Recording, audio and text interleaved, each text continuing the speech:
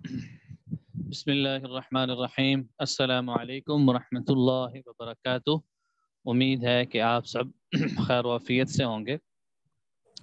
گزشتہ سبق ہم نے را کے قواعد شروع کیے تھے کہ قرآن پاک میں کثرت سے استعمال ہونے والے را کے قواعد ہیں کہ جس میں بنیادی طور پہ را کو موٹا اور باریک کرنے کے جتنے بھی اصول و ضوابط ہیں وہ ہم پڑھیں گے۔ پہلے سبق میں ہم نے را کے دو قاعدے پڑھے تھے جو شروع کے ہیں، جن کو ہم کہتے ہیں کہ یہ را متحرک کے قاعدے ہیں۔ وہ قاعدے بڑے آسان تھے، اس کو دہرا لیتے ہیں۔ قاعدہ نمبر 1 کہ را کے اوپر زبر ہو یا را کے اوپر دو زبر ہو، را کے اوپر پیش ہو یا دو پیش ہو، را کو موٹا پڑھیں گے، ٹھیک ہے؟ یعنی را کے اوپر کوئی حرکت آ جائے، خلاصہ یہ۔ دوسرا قاعدہ ہم نے یہی پڑھا تھا کہ را کے نیچے اگر کوئی حرکت آ جائے، یعنی ظاہر را کے نیچے زیر ہوگی یا کھڑی زیر ہوگی یا دو زیر ہوگی تو را کو باریک پڑھیں گے۔ اس کی بہت ساری مثالیں تھیں، قطری، تعریف، والعصر مع العسر۔ یہ ساری مثالیں را کی ہیں کہ جب را کے نیچے زیر، دو زیر، کھڑی زیر آ جائے تو را کو باریک پڑھیں گے۔ یہ تو تھا گزشتہ سبق۔ آج کے سبق میں ہم را ساکن کے قواعد پڑھیں گے۔ یاد رکھیے یہ پہلے بات آئی تھی کہ را متحرک اس را کو کہتے ہیں کہ جو متحرک ہو، یعنی جس کے اوپر نیچے کوئی بھی حرکت ہو، اور را ساکن اس را کو کہتے ہیں جس کے اوپر جزم ہو، سکون ہو۔ ہم نے یہ بات پہلے پڑھ چکے ہیں کہ جزم اور سکون دونوں ایک ہی چیزوں کے نام ہیں، یعنی جزم کو سکون کہتے ہیں اور سکون جزم کو۔ را ساکن اس کو کہیں گے جو را ساکن ہو، جزم ہو، جس کے اوپر کوئی حرکت نہ ہو۔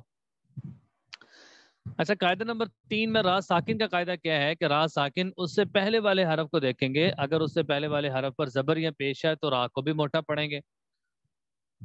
جیسے یہ دیکھیں، را ساکن سے پہلے اگر زبر یا پیش ہو، را کو موٹا پڑھیں گے۔ بہت ساری اس کی مثالیں مل جاتی ہیں، یہ 2 لائنوں میں خاص طور پہ اس کی مثالیں نوٹ کریں۔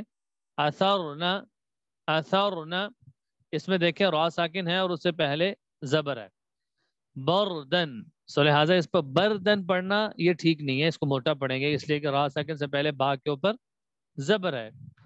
فرغب میں بھی یہی صورتحال ہے کہ را کو موٹا پڑھیں گے۔ ترحق، انذرنا، اخرجت الارض، ذو العرش المجید، قرآن، قرآن، ٹھیک ہے؟ تو خلاصہ یہ ہوا قاعدہ نمبر 3 کا کہ را ساکن اس سے پہلے زبر یا پیش ہو تو را کو موٹا پڑھیں گے۔ اچھا، اس کے ساتھ ساتھ قاعدہ نمبر 3 کیا ہے؟ را ساکن اس سے پہلے زیر ہو تو را کو باریک پڑھیں گے۔ یہ دیکھیں آپ کے سامنے اسکرین میں جو ہائی لائٹ کیا ہے کہ را ساکن اس سے پہلے اگر زیر ہو تو را کو باریک پڑھیں گے۔ اس کی بہت ساری مثالیں ہیں۔ مریتین، اربتین، فصبر، مریتین اور اربتی اور فصبر، یعنی را کے نیچے را ساکن ہے اور را ساکن سے پہلے زیر ہے۔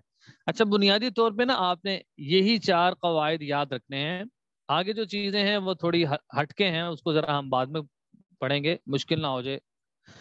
تو ابھی آج کا آپ نے یہ پڑھا کہ را ساکن کے قواعد ہیں۔ را ساکن اس سے پہلے زبر یا پیش آ جائے تو را کو موٹا پڑھیں گے۔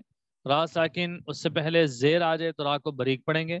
بس اس میں ایک بات اور یاد رکھیں کہ وقف کی صورت میں اگر را ساکن سے پہلے یا آ جائے، جیسے ان اللہ علی کل شیء قدیر، قدیر، نذیر، سمیع البصیر، یہ ساری را ہے نا آخر میں، تو را ساکن سے پہلے جب یا ساکن آ جائے تو ہمیشہ را کو باریک پڑھیں گے۔ یہ ایک اصول یاد رکھنا پڑے گا کہ را ساکن سے پہلے یا ساکن آ جائے، را کو باریک پڑھیں گے۔ تو بس یہ 4 قواعد ہیں، آپ نے ان کو یاد کرنا ہے۔ آگے بھی کچھ چیزیں ہیں لیکن وہ ہم ابھی نہیں پڑھیں گے چونکہ اب ابتدائی مراحل میں ہیں، اگر ہم وہ پڑھیں ایسا نہ ہو کہ 4 قواعد بھی بھول جائیں۔ تو را کے 4 قواعد ذرا دہرا لیں، پھر ہم انشاءاللہ آگے چلتے ہیں۔ را کے 4 قواعد سب دہرا لیں تاکہ سب کو یاد ہو جائے۔ پہلے 2 قاعدے را متحرک کے ہیں اور اگلے 2 قاعدے را ساکن کے ہیں۔